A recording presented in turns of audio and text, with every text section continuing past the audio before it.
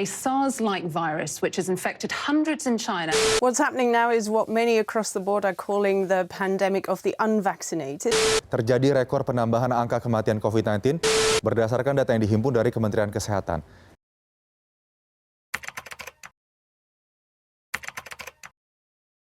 Pemerintah akhirnya memutuskan melarang mudik lebaran untuk tahun ini. Keputusan ini diambil dengan mempertimbangkan risiko penularan COVID-19.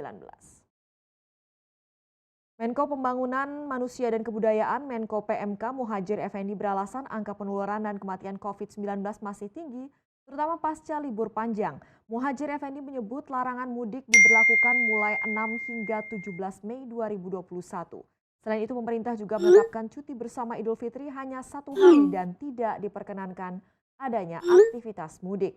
Menurut Muhadjir, aturan resmi tentang larangan mudik akan diatur lebih lanjut oleh Polri dan Kementerian Perhubungan. Untuk informasi lebih lengkap dan berita terkait,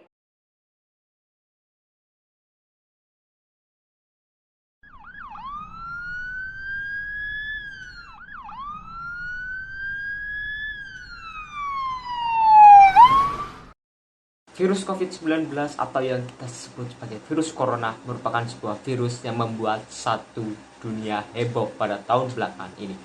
Data menunjukkan bahwa kasus COVID yang ditemukan sampai saat ini mencapai 200 juta jiwa dengan angka kematian sebanyak 5 juta korban jiwa. Kasus ini lebih mencengangkan lagi dengan Indonesia sebagai negara dengan kasus COVID harian tertinggi pada bulan Juli 2021 yang mengalahkan negara-negara dengan rekor tertinggi sebelumnya seperti negara Amerika dan negara India.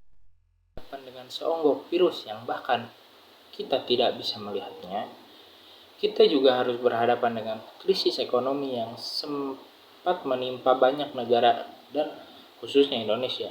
Melihat sebuah fakta makro tentang COVID, saya rasa cukup untuk menyadarkan rakyat dan pemerintah akan pentingnya virus ini. Tapi nyatanya tidak demikian. Kita lihat fenomena sosial yang beredar di masa pandemi ini. Banyak masyarakat Indonesia yang tidak percaya dengan adanya COVID-19. Mereka lebih percaya dengan pernyataan bahwa COVID-19 itu merupakan akal-akalan dari para elit global. Berprasangka buruk pada siapa dalang di balik pandemi yang mereka sebut sebagai elit global dengan memiliki tujuan tersembunyi dalam operasinya merupakan sebuah kebiasaan masyarakat Indonesia akhir-akhir ini. Hal ini justru menjadi momok bagi negara Indonesia karena banyak orang yang abai dengan pencegahan virus ini. Hal ini juga dipengaruhi oleh influencer sesat yang mengkampanyekan anti-COVID dan melakukan tindakan bodoh dengan menantang virus yang sangat cepat menularnya ini. Bahkan, orang terkenal yang dulunya tidak setuju dengan COVID sekarang menjadi pro akan COVID. Adapun juga orang yang masih menantang hukum alam dengan mencoba untuk melakukan kontak fisik secara langsung dan disengaja dengan penderita COVID dan akhirnya meninggal dunia. Miris bukan? Apakah semua ini hanya salah masyarakat saja yang tidak patuh akan adanya COVID? Apakah benar bahwa pemerintah itu terbebas dari fenomena melonjaknya banyak kasus di Indonesia? Oh, tentu tidak. Justru pemerintahlah yang berperan utama akan adanya masalah ini.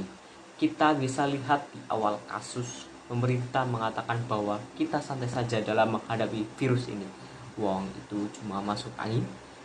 Pak Luhut berkata demikian dahulu.